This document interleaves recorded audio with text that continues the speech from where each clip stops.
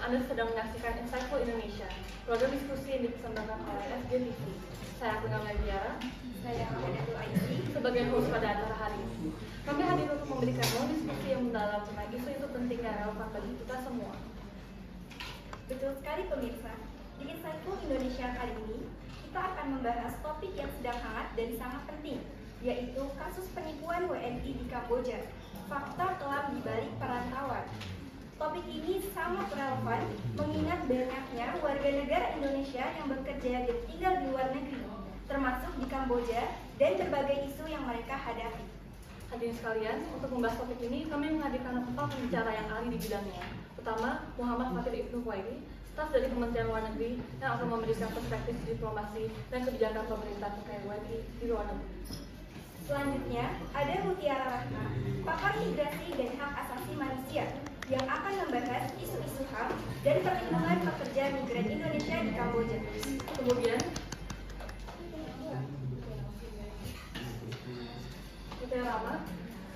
Fani Ashifa dari BPGMI yang berperan penting dalam perlindungan dan pemberdayaan pekerja migran Indonesia. Dan terakhir, Habib Muryadi, seorang jurnalis yang akan memberikan sudut pandang media serta laporan investigatif terkait kasus ini. Terima kasih telah bergabung di Insightful Indonesia. Tanpa berlama-lama, kita mulai dengan kisah menarik dari Bapak Fatir. Baik, di sini saya akan membahas tentang staf Kementerian Luar Negeri. Nah, staf Kementerian Luar Negeri itu memandang diplomasi sebagai tugas yang tidak hanya dilakukan di meja perundingan. Nah, tapi juga harus bersifat actionnya, turun langsung ke lapangan untuk melindungi warga negara Indonesia di luar negeri dan memastikan kepentingan nasional dijaga secara efektif. Mereka berperan sebagai mesin diplomasi Indonesia yang menjalankan tantangan menjalankan strategi diplomasi administrasi dan komunikasi informasi diplomatik untuk menghadapi tantangan seperti kasus yang kini sedang marak itu perbudakan modern yang terjadi di Kamboja. Nah, dalam kasus ini staf Kementerian Luar Negeri dan KBRI itu bekerjasama di Kamboja melakukan penyelamatan sampai 62 PMI pekerja migrasi Indonesia yang menjadi korban penipuan yang terjadi di sana dan penyekapan di perusahaan investasi bodong di Kamboja. Nah, perspektif diplomatik yang menurut staf luar negeri itu merupakan tindakan cepat dan efektif dalam penyelamatan korban dan menegaskan bahwa negara tidak mentolerir segala untuk perbudakan modern dan perdagangan manusia. Diplomasi kebijakan pemerintahan menekankan kerjasama antara Bilateral dengan Kamboja untuk penanganan kasus ini. Nah, termasuk dalam perjanjian kerja ini sama dengan mengatur pencegahan dan penindakan tindak pidana perdagangan orang. Nah. Baik, terima kasih atas penjelasan yang sangat informatif dari Pak Fatir mengenai peran diplomasi dan langkah cepat pemerintah dalam menangani kasus ini. Memang perlu perlindungan WNI di luar negeri bukan hanya soal kebijakan di atas kertas, tetapi juga aksi nyata di lapangan. Betul sekali. Nah, untuk melengkapi perspektif tersebut, kan kita akan mendengar dari seorang pakar migrasi dan hak asasi manusia yang akan membahas lebih dalam tentang sisi kemanusiaan dan pelanggaran HAM yang dialami para pekerja migran. Silakan, Fani. Jadi dari sisi migrasi dan HAM, kasus penipuan tenaga kerja di Indonesia di Kamboja ini adalah bentuk nyata dari pelanggaran hak asasi manusia yang sangat serius dan juga dapat dikatakan sebagai perbudakan. Dan ada banyak kasus di mana para pekerja migran ini dijebak dengan janji pekerjaan yang layak, namun kemudian saat tiba di sana dipaksa bekerja dalam kondisi yang tidak manusiawi serta tanpa perlindungan hukum yang memadai. Dan jelas hal ini bertentangan dengan prinsip-prinsip Deklarasi Universal Hak Asasi Manusia yang terdapat dalam pasal 4 dan 5, yang mana pasal 4 berbunyi tidak seorang pun boleh diperbudak atau diperangkap pasal 5 berbunyi seorang pun tidak boleh diperlakukan secara kejam, tidak manusiawi dan dihina. Dan karena itu diharapkan pemerintah Indonesia dapat memperkuat kerjasama bilateral dengan negara-negara tujuan pekerja migran, contohnya seperti Kamboja, untuk memastikan perlindungan hukum dan mekanisme pengawasan yang jelas. Dan juga calon pekerja migran diharapkan lebih bijak dalam memilih lowongan pekerjaan agar menghindari hal serupa. Terima kasih Bu Fani atas paparan yang sangat membuka mata tentang pelanggaran HAM yang terjadi. Kasus ini bukan hanya soal ekonomi, tapi juga soal martabat dan hak asasi manusia yang harus kita jaga bersama. Selanjutnya, kita akan mendengar dari perwakilan BP3MI yang akan menjelaskan bagaimana mekanisme perlindungan dan pencegahan yang sudah dan sedang dilakukan pemerintah agar kasus serupa tidak terulang. Mari kita sambut Ibu Mutiara. Oke, terima kasih banyak. Menanggapi kasus ini, kami melihat adanya bentuk penempatan non-prosedural, yang artinya proses pemberangkatan ke Kamboja ini tidak melalui BP3MI, sehingga mereka ini tidak tercatat sebagai pekerja migran Indonesia atau PMI resmi. Nah, para korban-korban ini kan rata-rata mereka direkrut melalui media sosial, calon, dan juga agen yang ilegal. Artinya sejak awal ini mereka berangkat tanpa adanya perlindungan dari negara. Nah, yang sangat lebih memprihatinkannya lagi adalah sebagian besar dari para korban ini tidak mengetahui bahwa mereka ini berangkat secara ilegal. Jadi bahkan mereka ini tidak mengetahui bahwa proses untuk bekerja di luar negeri ini seharusnya mereka melalui BP3MI terlebih dahulu. Nah, untuk sementara ini BP3MI bekerja sama dengan Kementerian Luar Negeri, KBRI, Pemnem, dan juga aparat penegak hukum di Indonesia untuk menyelamatkan dan memulangkan para korban secara dengan selamat. Nah, selain itu kami juga memberi bantuan baik secara psikologis dan juga reintegritas kepada kampung halaman para korban. Dan yang terpenting adalah mengusut tuntas sindikat perekrutan ilegal di Indonesia. Nah, pada dasarnya tugas kami BP3MI sebenarnya adalah untuk melindungi dan memberangkatkan para PMI ini secara legal dan aman. Nah, kasus ini menjadi bukti bahwa edukasi masyarakat masih menjadi PR bagi pemerintah untuk lebih memahami. Nah, perlu dicatat, menyelamatkan korban itu jauh lebih sulit dan berisiko dibanding mencegah. Maka dari itu, edukasi dan pencegahan adalah menjadi fokus utama bagi kita sekarang. Nah, perlu diketahui untuk para masyarakat, apabila menemui tawaran kerja di luar negeri, sebaiknya itu dilakukan yang pertama, jangan mudah percaya dengan tawaran yang menggiurkan. Yang pasti kita harus mengecek terlebih dahulu tawaran kerja tersebut di jalur yang resmi. Masyarakat bisa langsung mengecek pada website BP3MI dan atau apabila tidak bisa langsung datang ke kantor terdekatnya. Dan kalau ada yang sudah terlanjur terjebak, bisa langsung lapor ke KBRI atau hotline kami. Nah, kerja di luar negeri itu bisa sangat baik asal jalurnya benar. Jangan ambil jalan pintas yang terlihat mudah namun kadang malah menjebak.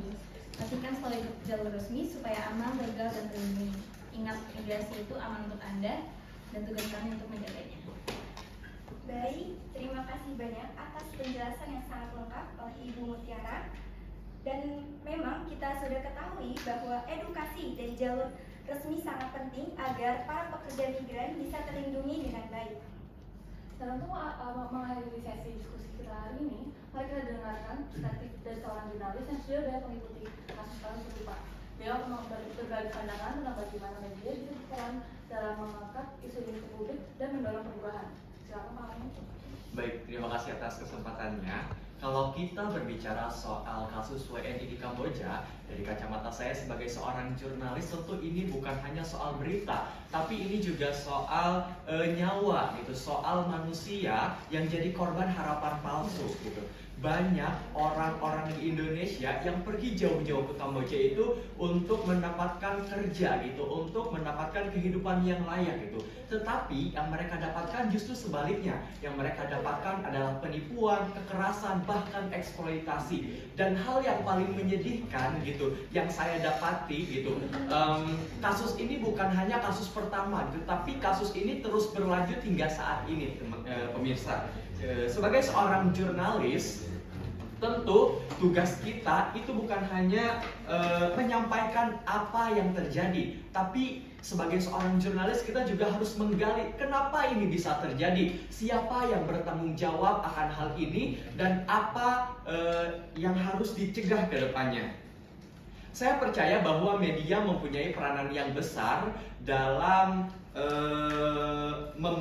membentuk opini publik dan mendorong aksi gitu. Tapi ada yang lebih penting. Sebagai seorang jurnalis, tentunya harus menjadi jembatan antara suara korban dan juga perhatian masyarakat. Biar mereka yang menjadi korban itu nggak cuma jadi angka di laporan, tapi tetap jadi manusia yang kasusnya itu perlu didengar. Karena pada akhirnya seorang jurnalisme ini bukan cuma tentang headline, tetapi tentang keberpihakan pada kebenaran dan juga kemanusiaan. Mungkin itu adalah perspektif atau pandangan dari seorang jurnalisme. Baik, terima kasih banyak Pak Habib atas insight yang sangat berharga. Nah, teman-teman dan para pemirsa, suara media juga sangat penting untuk memastikan kasus seperti ini tidak hilang begitu saja dan mendapat perhatian yang lebih layak. Dan dengan berbagai sudut pandang yang sudah kita dengar hari ini, semoga kita semakin memahami kompleksitas dan urgensi perlindungan WNI di luar negeri, khususnya di Kamboja.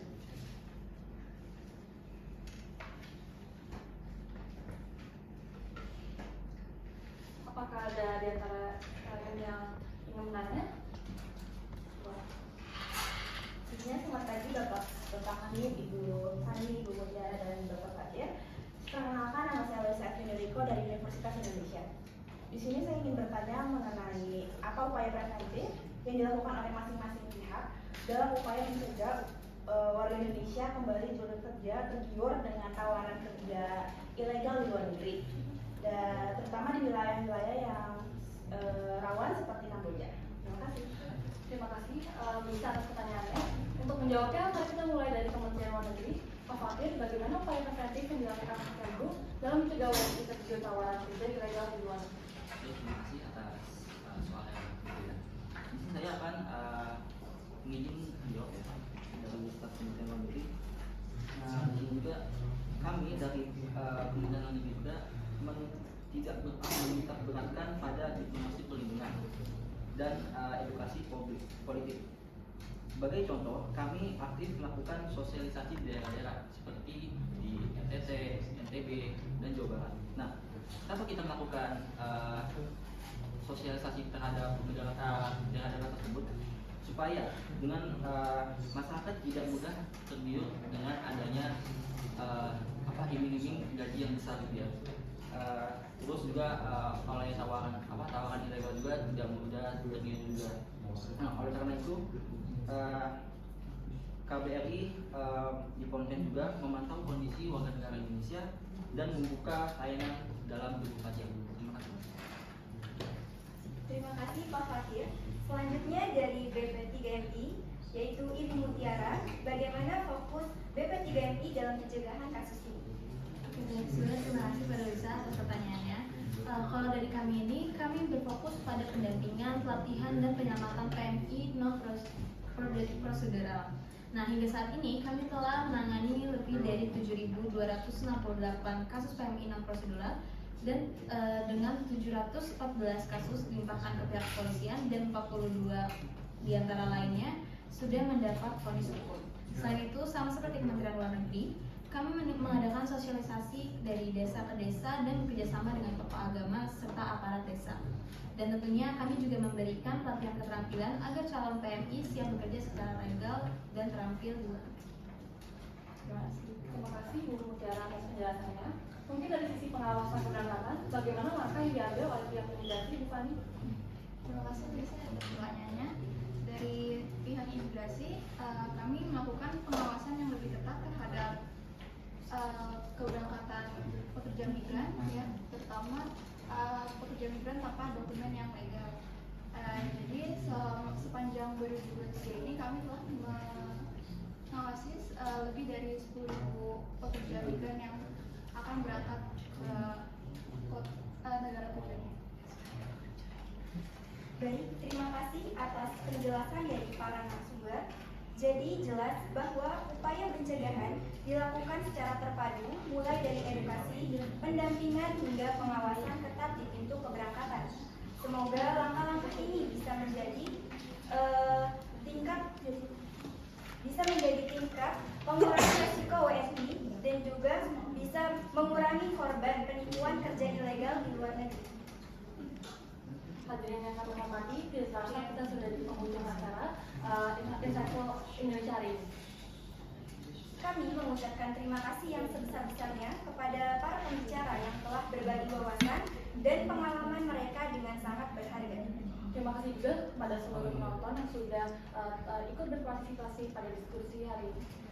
Semoga apa yang kita bahas hari ini dapat membuka wawasan dan memberikan inspirasi bagi kita semua, khususnya dalam memahami dan melindungi hak-hak pekerja migran Indonesia di luar negeri. Jangan lupa untuk terus mengikuti acara siaran Insightful Indonesia berikutnya dengan topik-topik yang tak kalah penting dan menarik. Sampai jumpa dan salam semangat hangat dari dari kami kami semua, semua, HRD dan